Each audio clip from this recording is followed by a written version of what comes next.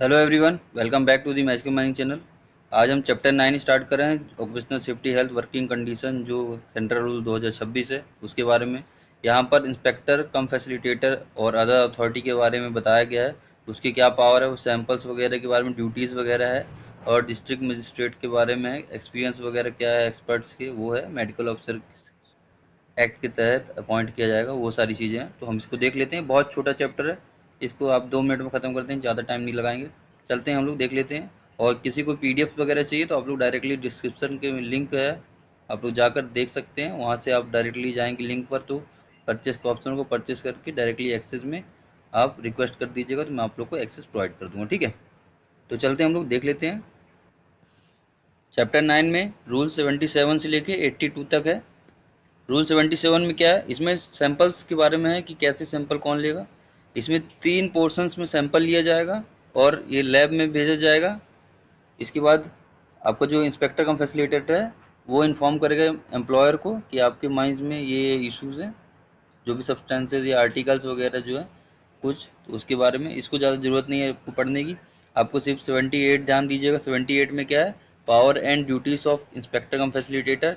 यहाँ पर अगर एम्प्लॉयर या ऑक्यूपायर हो गया या फिर एजेंट हो गया, मैनेजर हो गया, तो उन लोग को इसमें इम्प्रूवमेंट नोटिस दिया जाएगा। जो भी रिकॉर्ड्स फाइंड किए जाएंगे उसका, मतलब जब इंस्पेक्टर आपको इंस्पेक्शन करने जाएगा तो उसको अगर कुछ दिखता है कि वहाँ पे कुछ इशू है, तो इशू के बारे में जो भी एम्प्लॉयर होगा या फिर एजेंट होगा या मैनेजर होगा या फिर ऑक्यूपायर होगा, वही कहलाएगा आपका एम्प्लॉयर वगैरह, सब इसी के अंडर में आएगा, ठीक है। मतलब एम्प्लॉयमेंट जो जनरेट करता है वही आपका एम्प्लॉयर हो जाता है।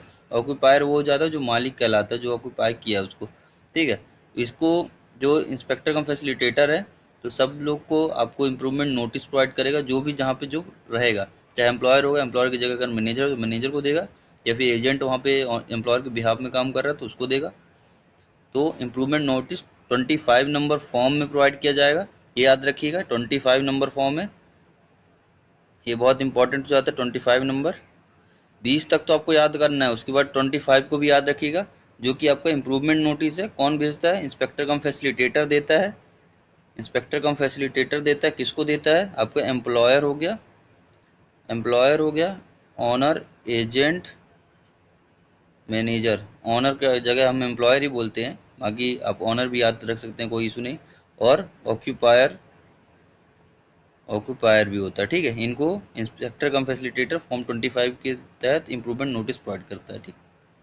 रूल नंबर 79 में क्या है, रूल नंबर 79 में power and duties of district magistrate. District magistrate की पावर एंड ड्यूटीज़ है, तो जो भी इसकी ड्यूटीज़ है, पावर है, तो सेंट्रल गवर्नमेंट आपका जो भी जनरल स्पेसिफिक ऑर्डर देकर प्रोवाइड कराएगा, सेंट्रल गवर्नमेंट, ठीक है। रूल नंबर 80 क्या है, रूल नंबर 80 है एक्सपर्ट्स की नीड।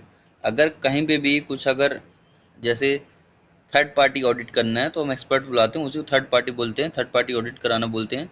कहीं मतलब इसी qualification, experience, duties and responsibility of experts, कुछ भी यहाँ पे अगर एक्सपर्ट्स वगैरह बुला रहे हैं तो उसके लिए special general order central government के द्वारा प्रोवाइड किया जाएगा, स्कीम बनाई जाएगी सेंट्रल गवर्नमेंट के द्वारा, बस हो गई, इसमें इतना ही है।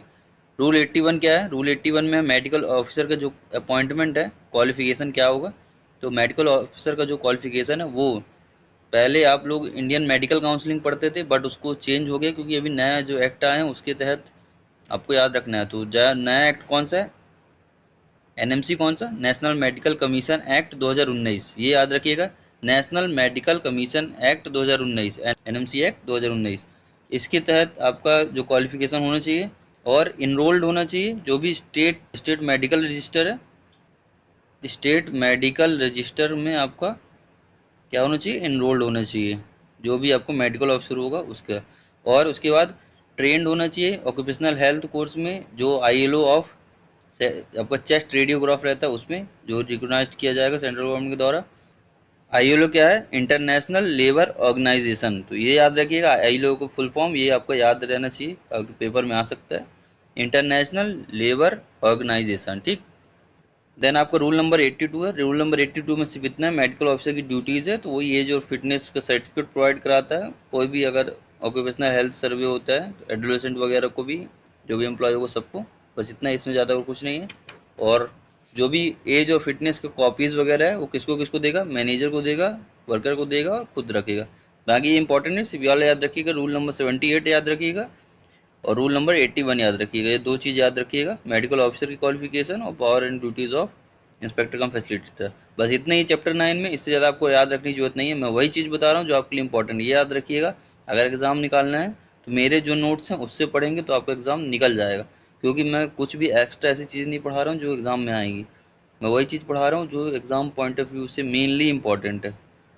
अदरवाइज आपको इतना ब्रॉड पढ़ने की ज़रूरत नहीं है, टाइम नहीं है। जितना जल्दी हो कवर करिए और अपना प्रैक्टिस चालू करिए, ठीक है। ठीक है, मिलते हैं नए वीडियो में। Keep updated with us, thank you so much.